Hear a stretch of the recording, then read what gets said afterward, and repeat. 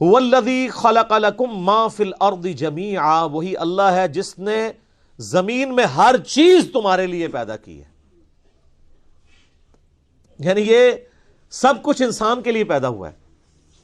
ایک ویسے وہ ضعیف روایت بھی ہے نا المستدرک الحاکم میں نبی الاسلام کے بارے میں کہ اگر میں تجھے نہ پیدا کرتا تو یہ کائنات پیدا نہ کرتا. اصول محدثین پہ روایت صحیح نہیں ہے، لیکن پرنسپلی یہ بات درست ہے کہ زمین و آسمان یہ سب چیزیں اللہ نے انسان کے لیے پیدا کی ہیں ایز اے اسپیشیز.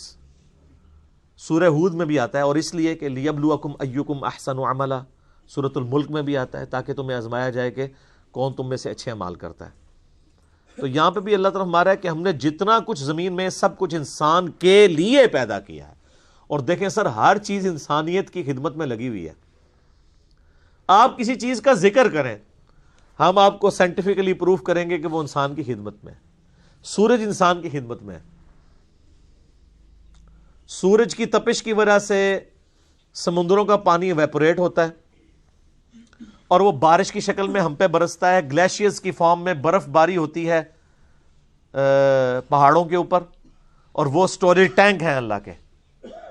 ورنہ سمندر سے اگر آپ کو یہاں پانی لانا پڑے 1000 کلومیٹر دور تو مصیبت نہ بن جائے. تو وہ فری میں وہاں سے پانی پہنچ رہا ہے شمالی علاقوں میں، وہاں پہ گلیشیئرز، اور پھر اسی سورج کی تپش سے وہ گلیشیئر پگھلتے بھی ہیں. اگر آپ کو گلیشیئر پگھلانے پڑ جائیں تو کتنی انرجی چاہیے. آپ کے تو گھر کی گیس نہیں روٹی پکانے کے لیے پوری ہو رہی، ان گلیشیئرز کو کون پگھلا سکتا ہے؟ اور پھر وہ جب گلیشیئرز پگھلتے ہیں تو زمین کے اوپر بھی دریا چلتے ہیں اور زمین کے نیچے بھی سوتوں میں دریا چلتے ہیں. سینکڑوں تربیلا ڈیم کے برابر تو پنجاب صرف زمین سے پانی نکال رہا ہے، وہ اللہ کے بنائے ہوئے ڈیم ہے.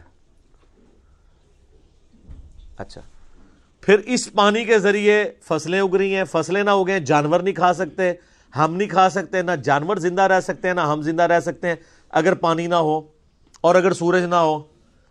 دنیا میں ہواؤں کا چلنا، موسموں کا بدلنا، ہر چیز ڈیپینڈنٹ ہے سورج پہ. صرف سورج ختم ہو جائے نا، خود بخود ساری زندگی روئے ارض سے ختم ہو جائے گی، کیونکہ پودے اپنی خوراک ہی نہیں تیار کر سکیں گے. جب پودے مر جائیں گے جانور بھی مر جائیں گے، تو انسان کیا کھائے گا؟ مٹی کھا کے زندہ رہ سکتا ہے؟ ختم. تو اللہ تمہارے زمین میں ہر چیز میں نے تمہارے لیے پیدا کی ہے، اور اس میں امپلائڈ ہے کہ تمہیں اپنے لیے پیدا کیا ہے. وہ آگے چل کے پھر دعوت آ جائے گی کہ یہ جو پریویلیجز ہی نہیں صرف دے دیے گئے ہیں کہ لو جی جناب یاشی کرو، نہیں، اس کے اگینسٹ میں کچھ ڈیمانڈ بھی کر رہا ہوں. سورہ ذاریات میں تو کھل کے مضمون ہے نا، وما خلقت الجن والانس الا لیعبدون. ہم نے جنوں اور انسانوں کو نہیں پیدا کیا سوائے اس لیے کہ وہ ہماری عبادت کریں. ہمیں مانے نہیں، صرف عبادت کریں. اور عبادت کا مطلب ہے اللہ کو ماننا اور اللہ کی ماننا، ٹوٹل اوبیڈینس. ثم استوى الى السماء، پھر اللہ تعالی آسمان کی طرف متوجہ ہوا یا مستوی ہوا. فسواہن 7 سماوات، اور پھر آسمانوں کو 7 آسمان بنا دیا. وَهُوَ بِكُلِّ شَيْءٍ عَلِيمٌ، اور وہ ہر چیز کو اپنے علم کے ذریعے گھیرے ہوئے ہے.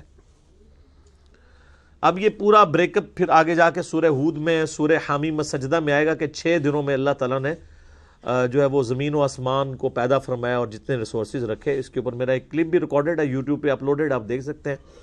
آج میں اس بحث میں نہیں پڑھوں گا. تو یہ جو استوا الی السماء ہے، ہم اس کو اللہ کے سپرد کرتے ہیں کہ جیسا کہ اس کی شان کے لائق ہے، اس کا بلند ہونا.